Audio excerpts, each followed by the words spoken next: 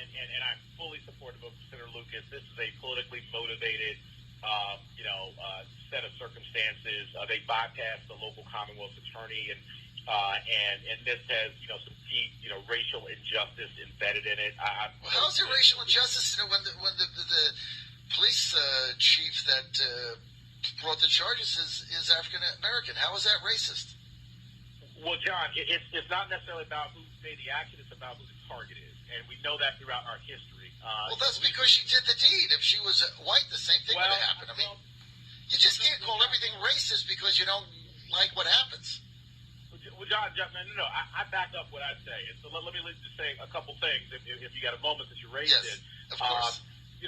One is, first of all, you said she did the deed. I mean, John, you're as big a believer in due process as I am. I mean, how are we saying she did the deed? We don't even know. There has not been one shred, of evidence that's been put forward against her. These are charges and charges alone, and I think there's so much at dispute even having these charges be filed, let alone that they're accurate and substantiated and will be upheld in the court of law. So, look, I think we should not be saying she did the deed because, again, that flies in the face of due process, and I know you're a big believer in due process.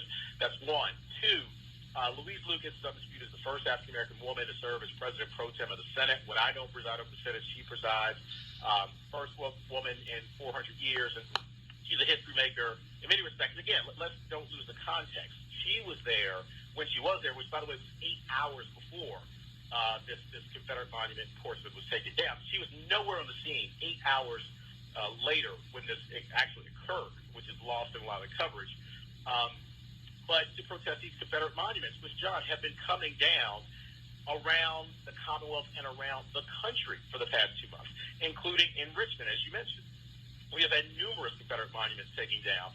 I have not seen a whole bunch of felony warrants taken out against people who have been, involved in taking them down. Again, Louise wasn't even on the scene when this occurred, and you've not seen this around the country. So there's a history here in Portsmouth. There's a history with the people involved in this that I know because I spend a lot of time traveling around the Commonwealth. I spend a lot of time in Hampton Roads. I know you do as well.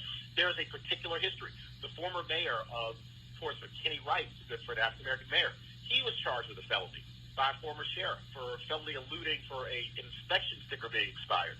Those charges were thrown out by a special prosecutor and by a judge who deemed them politically motivated and outrageous. So there's a history here, John, and what we know is that African-American leaders are often targeted, to send a message. And I know this, John. I have experienced this personally.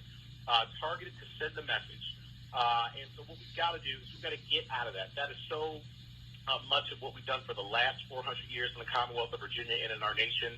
We need to get to the next 400 years in this country. We have got to stop this, stop repeating these cycles, because what it does is it never allows us to rise above the history that we have experienced. And again, I'm somebody who bears the last name Fairfax, my ancestor, great